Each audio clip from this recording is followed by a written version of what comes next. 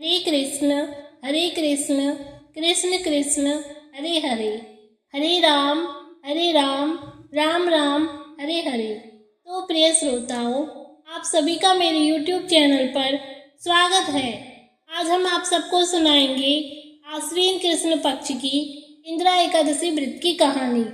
यह इंदिरा एकादशी पितरों को अधोगति से मुक्ति देने वाली भी है। तो आइए अब हम जानेंगे इसकी प्रमाणिक कथा।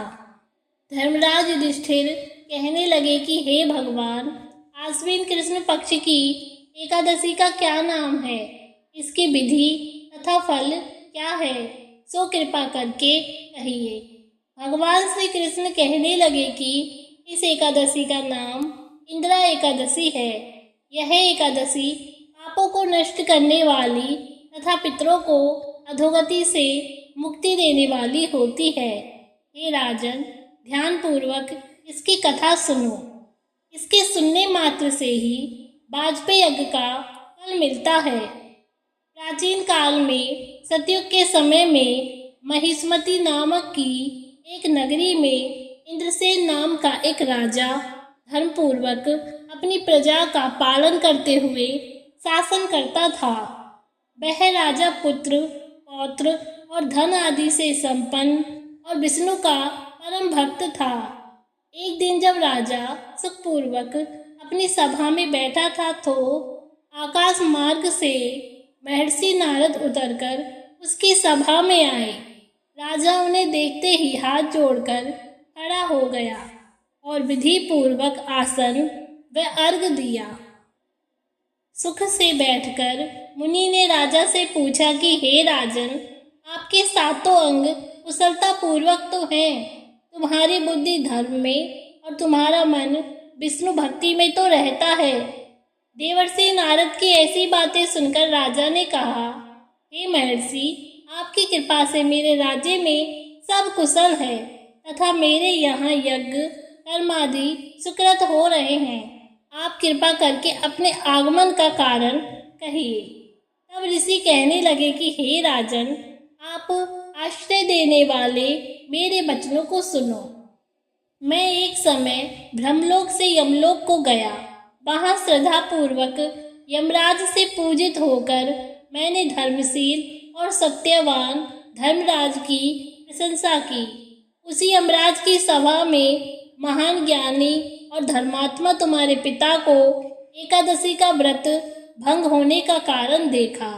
उन्होंने संदेशा दिया तो मैं तुम्हें कहता हूँ। उन्होंने कहा है कि पूर्व जन्म में कोई विघ्न हो जाने के कारण मैं यमराज के निकट रह रहा हूँ। सो हे पुत्र, यदि तुम आश्विन कृष्ण इंदिरा एकादशी का व्रत मेरे निमित्त करो तो मुझे स्वर्ग की प्राप्ति हो सकती है। इतना सुनकर राजा कहने लगा कि हे महर्षि, आप इस व्रत की विधि मुझसे कहिए।